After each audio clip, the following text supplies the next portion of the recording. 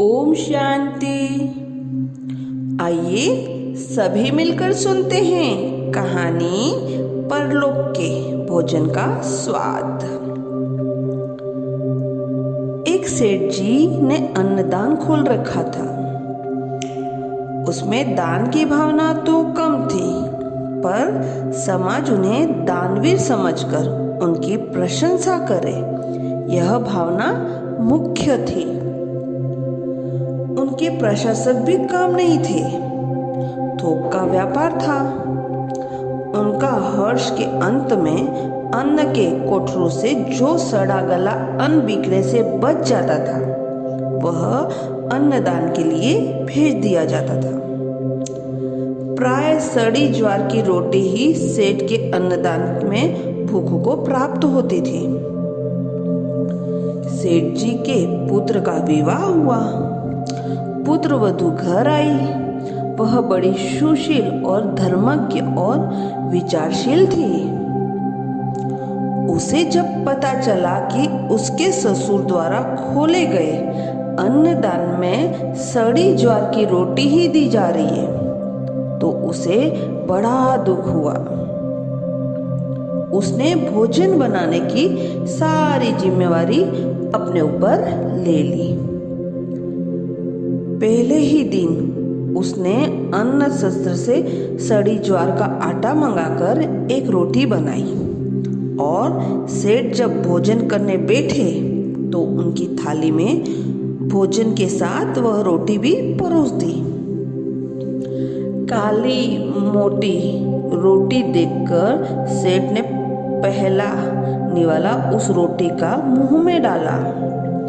मुंह में जाते ही वे थू-थू करने लगे और थूकते हुए बोले, बेटी, घर में आटा तो बहुत है, यह तूने बनाने के लिए सड़ी ज्वार का आटा कहाँ से मंगाया? पुत्रवधू बोली, पिताजी, यह आटा परलोक से मंगाया। ससुर जी बोले, बेटी, मैं कुछ समझा नहीं। पिताजी, जो दान पुण्य हमने पिछले जन्म में किए, वही कमाई अब खा रहे हैं, और जो हम इस जन्म में करेंगे वही हमें परलोक में मिलेगा। हमारे अन्नदान में इसी आटे की रोटी गरीबों को दी जाती है। परलोक में केवल इसी आटे की रोटी पर रहना है।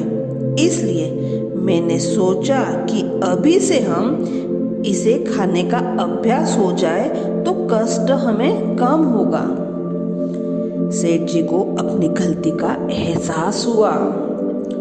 उन्होंने अपनी पुत्रवधू से माफी मांगी और अन्नदान का सारा सड़ा आटा उसी दिन फेंकवा दिया। तब से अन्नदान से गरीबों और भूखों को अच्छे आटे की रोटी मिलने लगी। आप दान तो करें, लेकिन दान ऐसा हो कि जिससे दूसरे का मंगल ही मंगल हो। जितना आप मंगल की भावना से दान करते हो, उतना दान लेने वाले का भला होता ही है। साथ में आपका भी इस लोक और परलोक सुधर जाता है। दान करते समय यह भावना नहीं होनी चाहिए कि लोग मेरी प्रशंसा करें, वाहवाही करें। दान इतना गुप्त हो कि देते समय हमारे दूसरे हाथ तक को भी पता न चले। अच्छा, ओम शांति।